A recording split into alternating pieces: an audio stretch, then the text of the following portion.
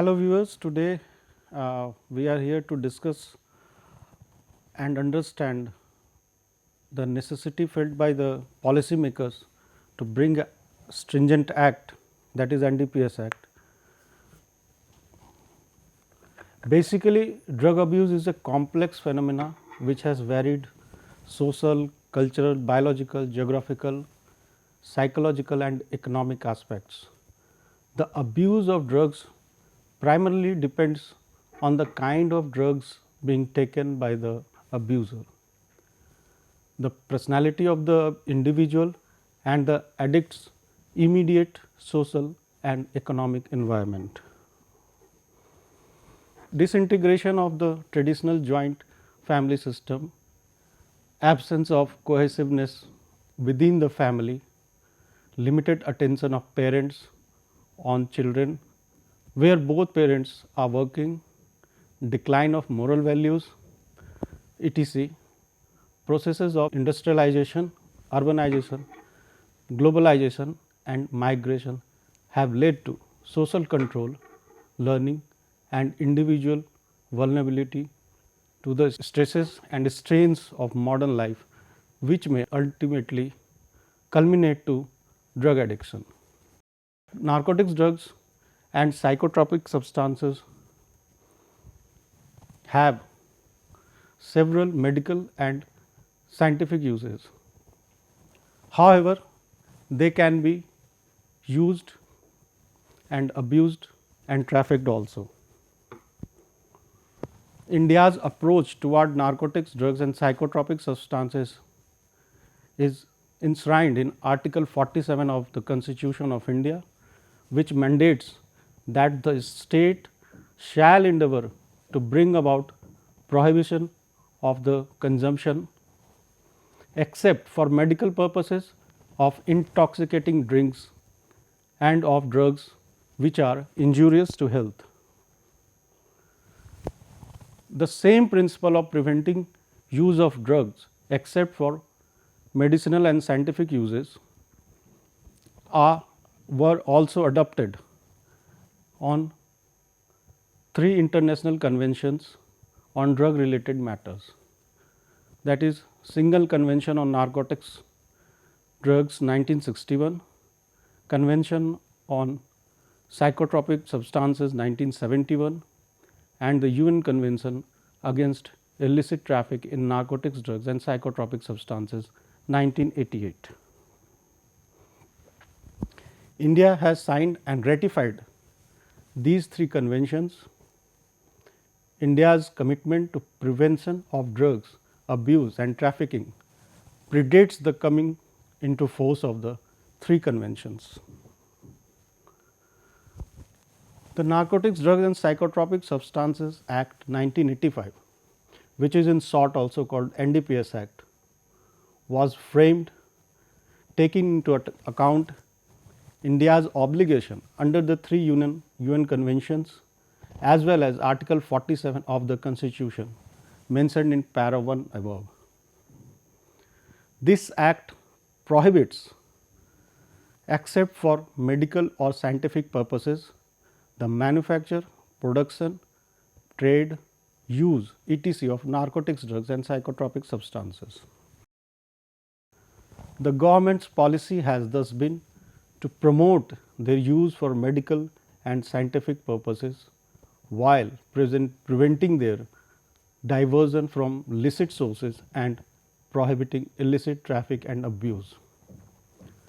Unlike the other and earlier Opium Acts and the Dangerous Drugs Act, which it replaced, the NDPS Act has given the power of enforcement to various central and state government agencies to spread the net of law enforcement far and wide. Under the NDPS Act, it is also possible for the central and state government to notify any new class of officers of any department to enforce this act. The NDPS Act divides the powers and responsibility of regulation of licit activities. Under section 9 of the Act, the central government has power to make rules and authorize his officers to enforce this act, while section 10 lists various activities which the state government can regulate by rules. Thus, we have NDPS rules of the central government and the state governments framed by each state government under the same act. These are enforced by the central or concerned state governments respectively. The NDPS Act has created statutory authorities such as the Director General of Narcotics Control Bureau, Narcotics Commissioner, Competent Authority and the Administrator. The organization headed by the Narcotics Commissioner is known as the CBN, Director General of Narcotics Control Bureau. Narcotics Control Bureau was created under section 4 of this act. Each of these authorities has specified functions. The government business is divided as per the allocation of business rules. As per these rules, the NDPS Act is administered by the Ministry of Finance, Department of Revenue. However, matters pertaining to drug demand reduction was handed over to Ministry of Social Justice and Empowerment. The Ministry of Social Justice and Empowerment supports various NGOs involved in drug demand reduction. The Ministry of Health, Government of India, which is responsible for health issues, also runs several drug de-addiction centers in the government hospitals across the country. The Narcotics Control Bureau under the Ministry of Home Affairs coordinates actions by various functionaries, whether it is a central or state, under this act. The state governments also have their own health departments and social welfare departments, each of which has its own setup of activities relating to drug demand reduction.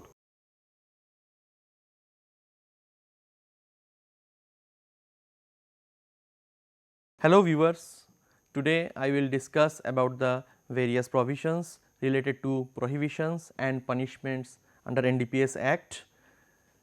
Since inception of this act in 1985, the act has been amended thrice, that is in the year 1988, 2001 and 2014.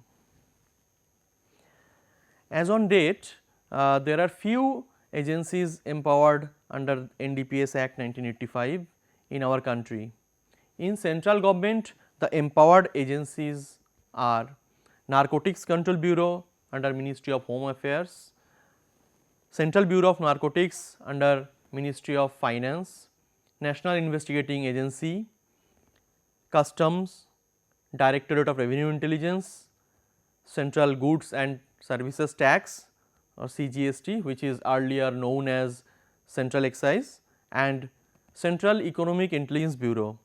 However, Railway Protection Force, Indian Coast Guard and few paramilitary forces like BSF, that is Border Security Force, and Sashastra Seema Bal or SSB are also empowered for only search, seizure and arrest under the NDPS Act 1985. In these cases, the earlier which I have told, the NCB like CBN, NIA, Customs, DRI, they are empowered for both search, seizure, arrest as well as for investigation.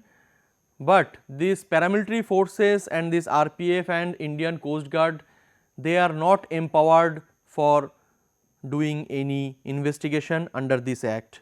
So, once they recovered or seize any contraband articles or any narcotic drug or psychotropic substances, they can seize, they can arrest and they can also finally they have only the option to hand over it to some empowered agency who are empowered for investigation. In state government also, the empowered agencies are mainly police, state excise and the state drugs control, as specially empowered and notified by the state government. concerned in this behalf. Let us discuss about the prohibitions first. Section 8 of the NDPS Act provides that no person shall cultivate any coca plants, opium poppy plants or cannabis plants, and no person shall produce, manufacture, possess, sell, purchase, transport, warehouse, use, consume, import into India, export from India or transship any narcotic drug or psychotropic substances.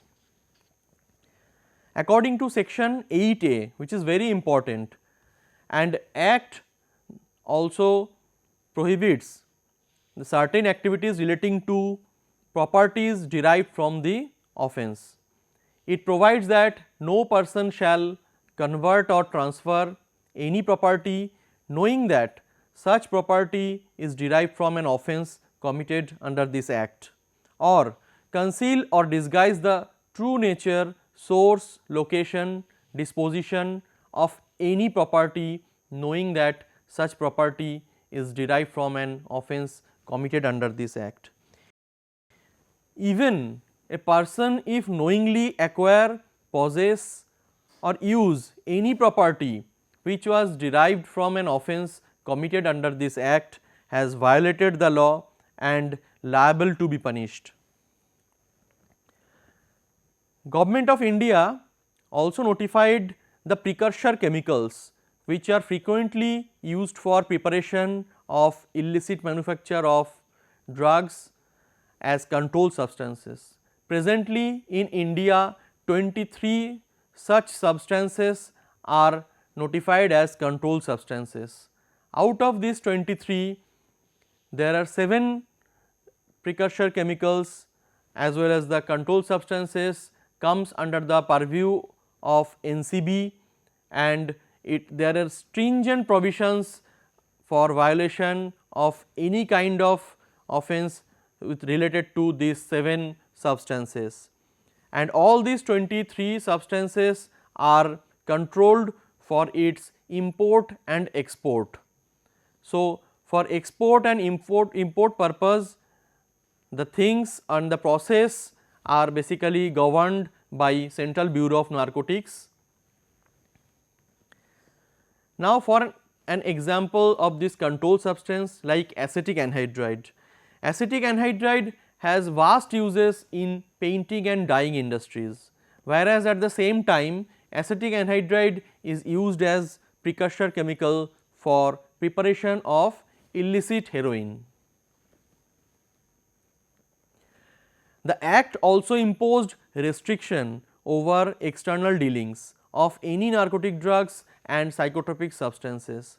We will discuss the penalties, and for punishment of these external dealings is more than 10 years. For the purpose of punishment, the NDPS Act 1985 has clearly divided all the narcotic drugs and psychotropic substances into small as well as in commercial quantities. Here are some examples cited. You can see here some selected drugs names are there: heroin, morphine, cocaine, charas, gaja, opium, methaqualone. This methaqualone is commonly known as mandrax also. This is a party drug. So, when a person contradicts the prohibition clauses, the punishment are given mainly according to the quantity of contraband seized.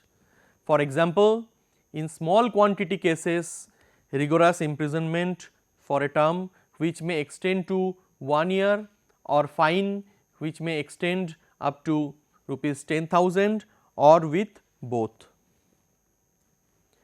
In intermediate quantity cases, that is the quantity greater than the small quantity and lesser than the commercial quantity, the punishment is like rigorous imprisonment for a term which may extend to 10 years and fine which may extend up to rupees 1 lakh, or with both. Similarly, in commercial quantity cases, rigorous imprisonment which shall not be less than 10 years and which may extend up to 20 years, and fine which shall not be less than rupees 1 lakh, and it may extend up to rupees 2 lakh or with both. The NDPS Act 1985 is also draconian in nature. It provides punishment for illegal export and import and transshipment of any narcotic drug or psychotropic substance act. Simultaneously, it also provided punishment for allowing premises for commission of an offence. So, if a person, say for example, he is giving rent to a person and he is not residing in that place, and some offence has been committed to his rented premises, the owner of the house, if he knowingly allow the house for this commission of offence, he will also be liable to be punished. But here provided that his knowingly, and that factor that the offence was committing there was in his knowledge, that has to be proved. Some harsh penalties are also there in NDPS Act.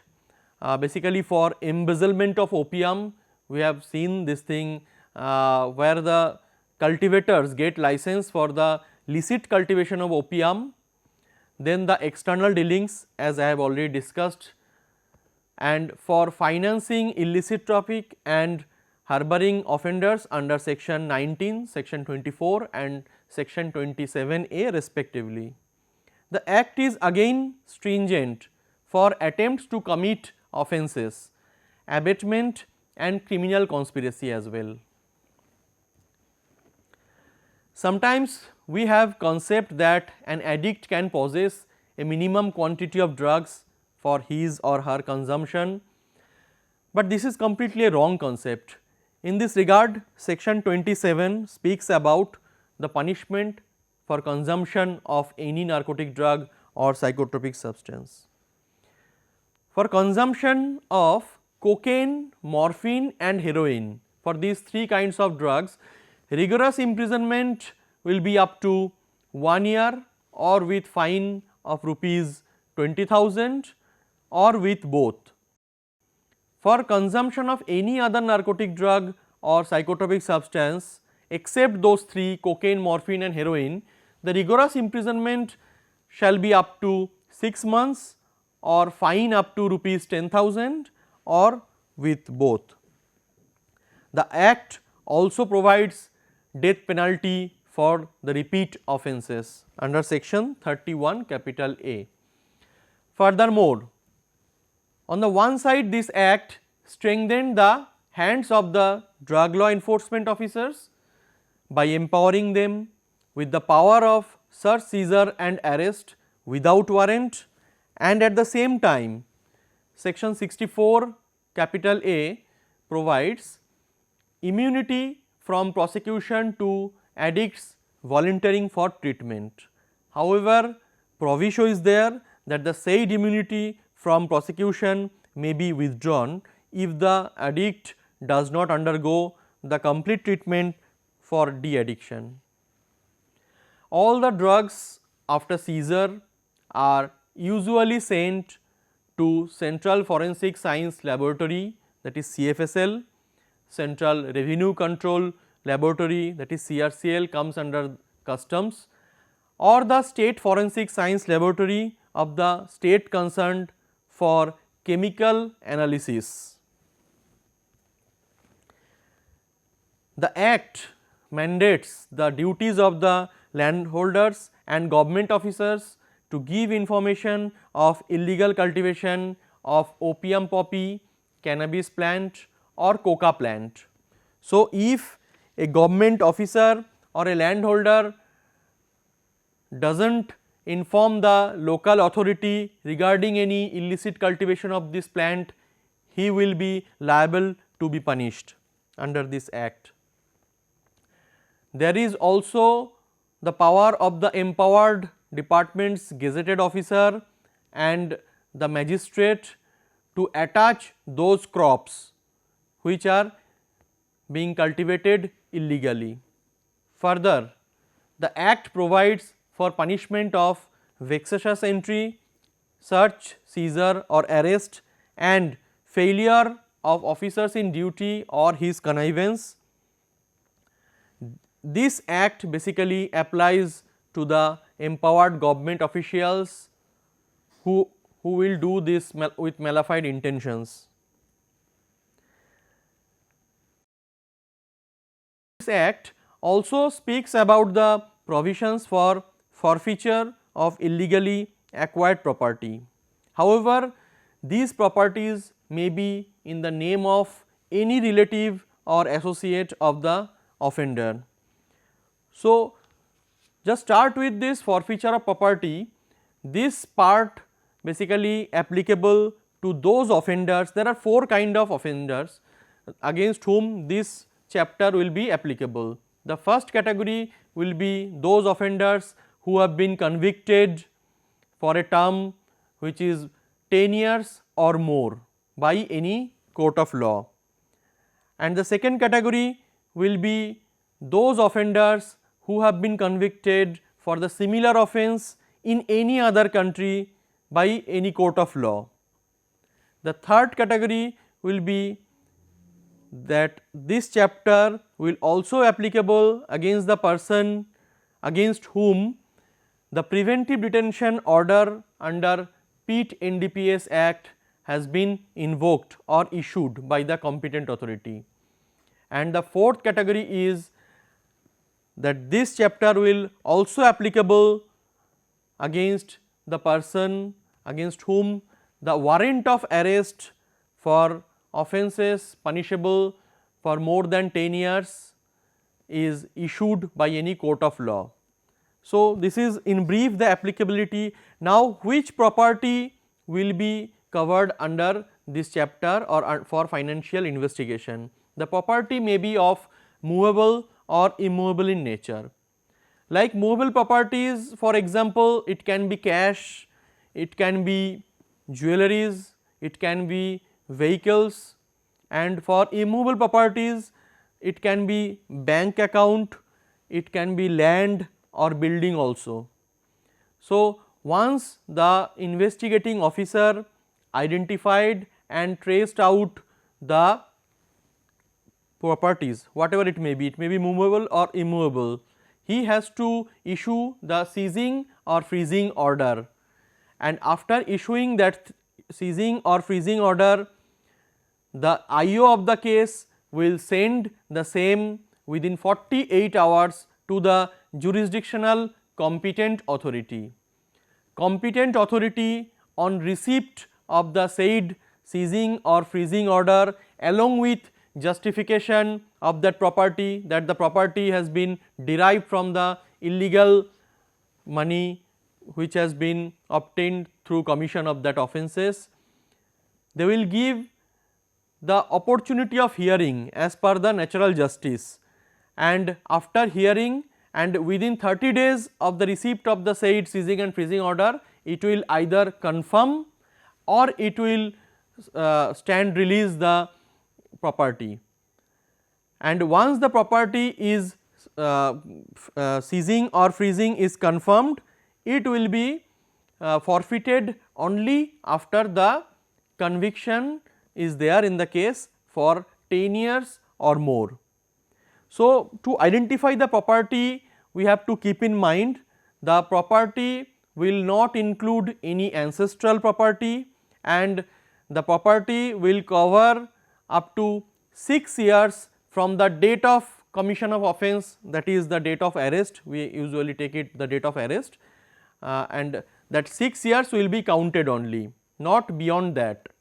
So, there is another part of the NDPS Act, it called the Prevention of Illicit Traffic and in Narcotic Drug and Psychotropic Substance Act 1988, and shortly it is named as Pitt NDPS Act. So, for the repeat offenders, whoever, like a person, he caught in a case and he is inside the judicial custody and he got bail and came outside, and against that person again after coming out from the jail he commit offence. So, in that case who is a repeat offender, this PIT NDPS Act will be invoked against him, and the maximum term for this preventive detention is 2 years, and the Joint Secretary, Department of Revenue, PIT NDPS division in central government is the competent authority for this preventive detention. Once this preventive detention is issued by the competent authority, that will be confirmed by the advisory board. So, to prevent and to complete the custody trial of the repeat offender, we generally, so that is all from my side. Thank you.